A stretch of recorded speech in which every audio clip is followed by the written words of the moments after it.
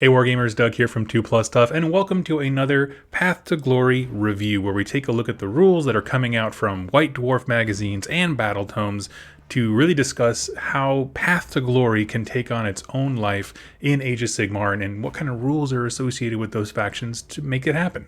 After a couple days of searching furiously, I was finally able to get this guy here with the Beasts of Chaos rules. I haven't actually read them yet, so I'm excited to dig in with you guys and talk all about the book. So let's go to the downward game and do that. So here we are, just in case anybody was watching this later and is curious. This is an issue 473 of White Dwarf.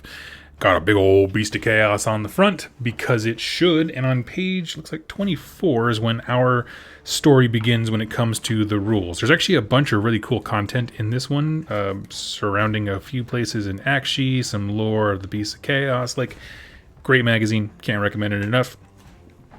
But let's get into how the faction has changed. Now, because even though we're talking Path to Glory, I don't really talk about matched play stuff very much, but I am going to cover the core rule changes. Like the Herdstone got a new card and actually give you a physical card in here, which I love.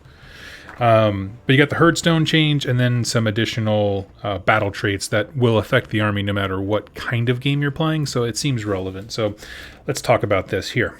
Battle traits, what's different with Beasts of Chaos? The Creatures of Chaos. When you carry out a monstrous rampage, core rules, end of the charge phase, that kind of thing, with a Beast of Chaos monster, you can carry out one of the monstrous rampages that follow instead of any other monstrous rampage that you can carry out with that monster. Very cool. I mean, Beast of Chaos fittingly has a large number of beasts and monsters that you can do all kinds of stuff with. One of the most popular one, what's it called? Cockatrice, that's what it was. My brain just got fried for a hot second.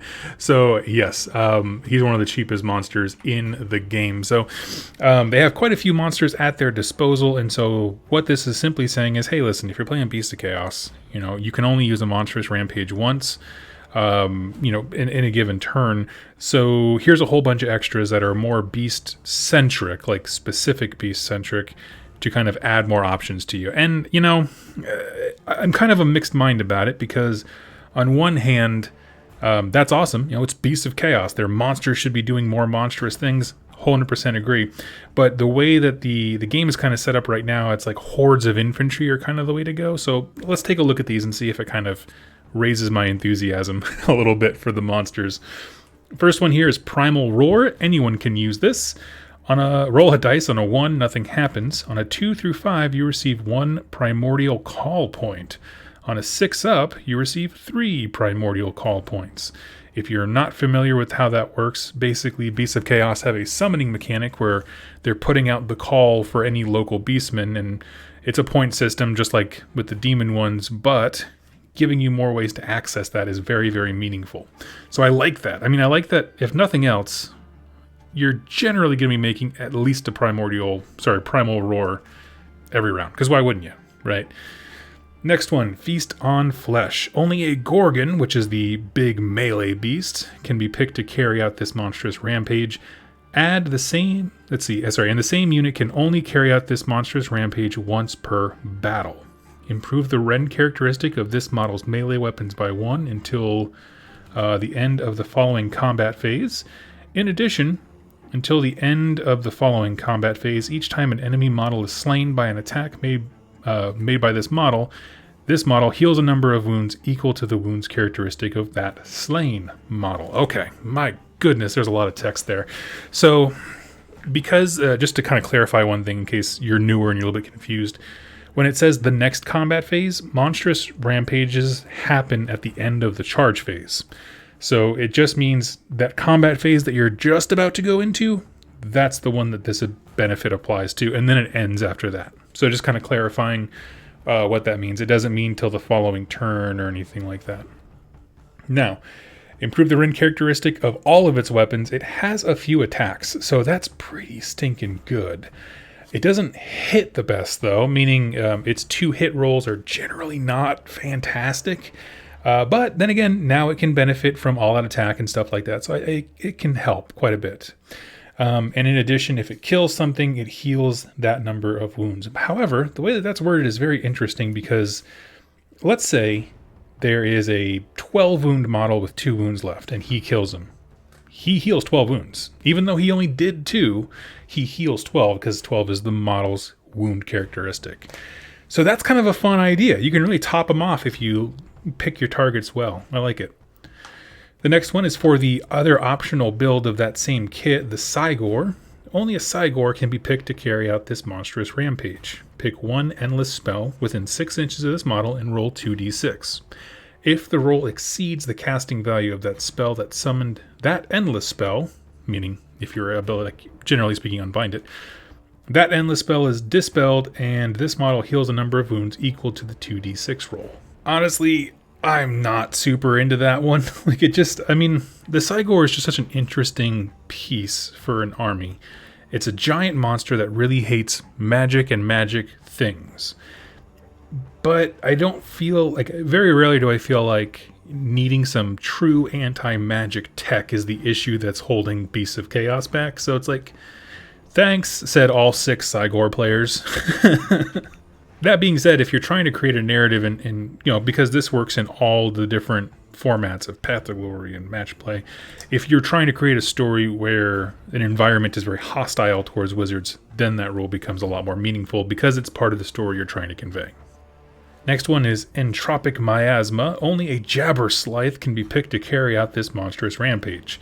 Pick one enemy hero within 3 inches of this model and roll a dice. On a 1, nothing happens. On a 2 through 5, worsen the save characteristic of that hero by 1 to a minimum of 6+, till the end of the following combat phase. On a 6, worsen the characteristic by 2. That's good. But I don't really know much about the Jabberslythe's rules. I've seen him used quite a bit in Australian events, oddly enough, and for some reason never in the US. But there were quite a few, I think like 2-3 years ago, Australian lists that used the Jabberslythe because he can be really nasty. Like, he's a piece that he just demands a lot of, thought. Because it does have a whole bunch of special rules regarding how it can hurt units and So that's an interesting one. I mean, honestly, if you use him as like the cruise missile, going straight at whatever the hardest thing your opponent has is and then just dumping attacks into it, it's really not a bad idea. I think there's utility there. Is it the best play? Probably not. Does it sound like a fun one? Yeah, dude. Like, you have your whole wall of monsters and then the Jabberslythe just kicks it out of the gate and goes straight for the enemy leader. I'm here for that. And the last one here is Thricefold Savagery. Only a Chimera can be picked to carry out this monstrous rampage until the end of the following combat phase. Add 1 to the attack's characteristic of this model's melee weapons, but all attacks made with this model's melee weapons must target the same enemy unit. So if you want something super dead, the 3 heads on this are pretty great. You can use them in tandem with others. So if you had a Chimera and a Jabberslythe just go up the board double dragon style, they can mess some stuff up. On the whole, when it comes to the battle traits change, I think it's very thematic. Their monsters should do more than other monsters, in my opinion. How many of these you'll actually use? I can definitely see uses for Primal Roar. Getting Primordial Call points is fantastic. The Gorgon one, where it increases his rend. I could see the Jabberslythe, if you have the model or you've always wanted it, I could see it tipping the scale to make you get excited about it. Not sure how much you'll actually see it because it's just not a model that you see a lot. And then the Chimera one I think is actually pretty stinking good just because it's very, very simple. And if at the end of the charge phase, if he's going to be in combat or not. So you can choose to clean house with extra attacks and stuff. So I like it there as an option.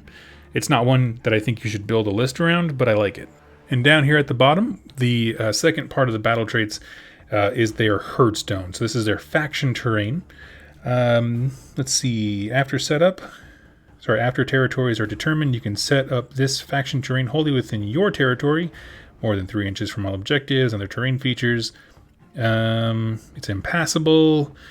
Let's see. Entropic Lodestone. Improve the rend characteristic of melee weapons used by all friendly Beasts of Chaos units on the battlefield by 1. Boom. I love it. From the start of the 3rd battle round, improve the rend characteristic of melee weapons used by all Beasts of Chaos units on the battlefield by 2 instead of 1. That's huge because it used to be this thing had like a bubble area of effect. And they've just basically said, like, forget it. It's table wide. It's just here to be cool. And you get rend, which is just nice. I mean, the thing is, like, supporting these monsters is a boatload of chumps who swing terribly. And so giving them all rend, and then you talk about Bestigors going to rend 2 and 3, and all, it's terrific. Last one here, Locus of Savagery. After this terrain feature is set up, its range is 12 inches at the start of the battle round. After the first, its range is increased by 6, so it keeps kind of going. Again, they kept the aura thing, but they moved some of the rend things over to its own jam, which I like. If a friendly Beast of Chaos unit wholly within range of this terrain feature fails a battle shock test, halve the number of models that flee from that unit, rounding down. In addition, if a friendly Beast of Chaos unit wholly within range of this terrain feature receives the rally command, you can return 1 slain model to that unit on a 4-up instead of 6. That's terrific. So what it used to be is it had this aura that gave you, if I'm please correct me if I'm wrong in the chat, but the first book I remember had a growing aura that gave you rend and I believe battle shock immunity. And now they've basically walked that back a little bit, separated the two effects, which is real nice. You have rend 1, period, like an increase of rend by 1. And then on round 3, it goes to 2. Okay, that's just a blanket statement. You can look at every war scroll in the Beast of Chaos faction, and it has it. The Locus of Savagery regarding your battle shock, your losses, and rally, that is a thing that grows and grows. So I actually kind of like that a lot, because now the starting terrain is in your place. If your opponent, alpha strikes or bum rushes you really hard, and you take a bunch of losses round 1, that's totally cool. That's your bubble wrap of cheap dudes. Now you can rally them on a 4-up instead of 6. Reasonably get a good number back. I don't know. I like this a lot, to be honest with you. It feels right. It feels certainly a lot better than the last one did. I'm going to skip past the open play and matched play stuff, just because I tend to not do any of those things. But let's talk Path to Glory here, friends. Let me just see how much they got. Oh, it's just these 2 pages. Okay, so they're pretty lean here on Path to Glory content. All they have is veteran abilities, a quest, and territories, which I'm more dubious about. But let's go one by one here. Let's talk the veteran abilities. The first one here, Leaders of the Ambush. Bray Herd units only, so you're talking gore, ungore, that kind of stuff, all their leaders. This unit can use this veteran ability once per battle in the combat phase of your first turn if it was set up in ambush this battle. Add 1 to the attack's characteristic of this unit's melee weapons until the end of that phase. Now, my understanding with ambush is that you have to come in turn 1, but that is a cool thing, because a lot of people would put like Bestigors or something like that in there, giving them the ability to get +1 attack when they already, because of the new Herdstone, already have an additional rend. I think that is terrific. So I think there's a lot of utility there. Very specific to what units you're going to want it. Like Ungor would kind of be a waste on, but whatever. The next one is Blood Hungry. War Herd unit only. This unit can use this veteran ability once per battle at the end of the combat phase. If it destroyed any enemy units in that phase, you can return D3 slain models to this unit. I love that, simply because the War Herd stuff, it's tanky in the sense that it has wounds, and it takes a little bit of work to bring down. Like, you're not going to throw 5 Liberators at them and clean them out. They will kill stuff, like straight up, especially if you're doing all-out attack and things like that. Healing mechanics are kind of iffy here and there, and so being able to return slain models to a usually that's reserved for like demon units and that kind of thing, that's terrific. I don't know if it would make me necessarily go out and buy a bunch of War Herd, but the fact that it exists, and if you already had them on your shelf, it's a little bit of new life. I like it. And their third and last one is Storm Heralds. Thunderscorn, so you're looking at Dragon Ogres or the Dragon Ogre Shaggoth only. This unit can use this veteran ability once per battle at the start of your hero phase if it's more than 3 inches from enemy units. If this unit makes a normal move as a result of the Creatures of the Storm battle trait, it can make a normal move of 6 inches instead of the number of inches equal to the roll. They have a mechanic that lets them do extra movements. It just essentially allows them to move a continuous 6 rather than having to randomly determine how much you move. So it just kind of buffs up an already existing ability in their book, which I'm kind of torn on, because on one hand it's like that is a good, veteran ability, absolutely, but on the flip side it's like, why can't that just be like an army rule? No one's sweeping the meta with Thunderscorn. Can we just copy paste onto the the general army rules section? But I digress. It's fine if you like using them. It's a great utility. Then we have our quest here.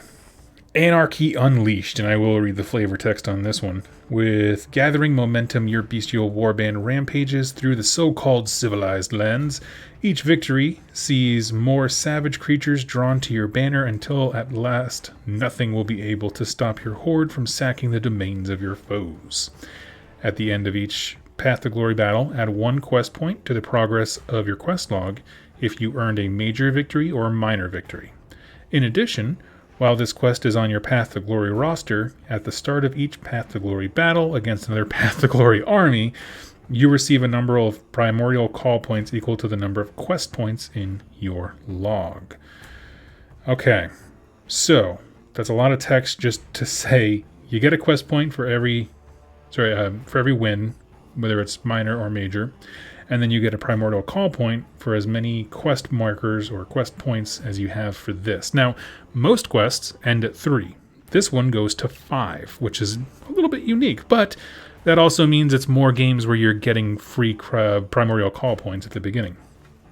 Once you've gained 5 quest points, you complete this quest. When you complete this quest, you gain 10 glory, which is awesome. In addition, when making your first exploration roll in the aftermath sequence of the battle in which you completed it, do not roll a d66. Instead, roll a d6 and add 60 to the result. Meaning, not only do you get 10 glory for finishing your quest, but also you just get to pick straight from the choicest conquests of land and that kind of thing.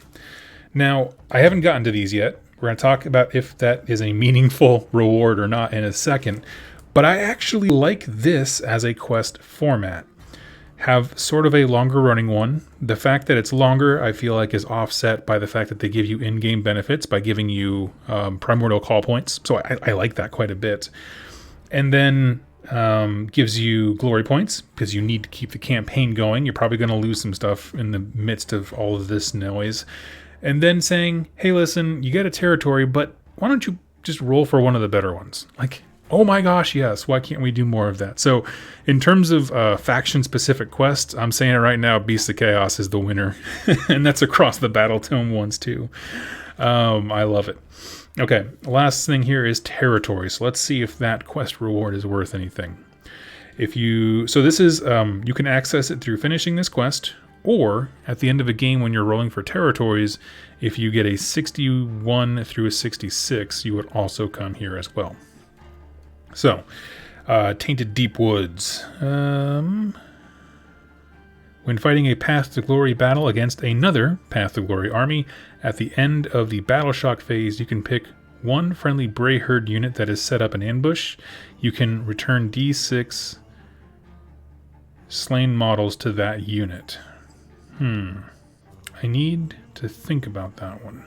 The really important thing when it comes to this ability, now that I've had a second to kind of mull it over, is returning models to slain units does help significantly when it comes to, casualty points at the end of a game, to see, like, if you have a squad of 30 Ungor or something like that, and they've taken damage, you put them in ambush, and they're healing dudes, so it's just fewer dice to roll in the casualty score.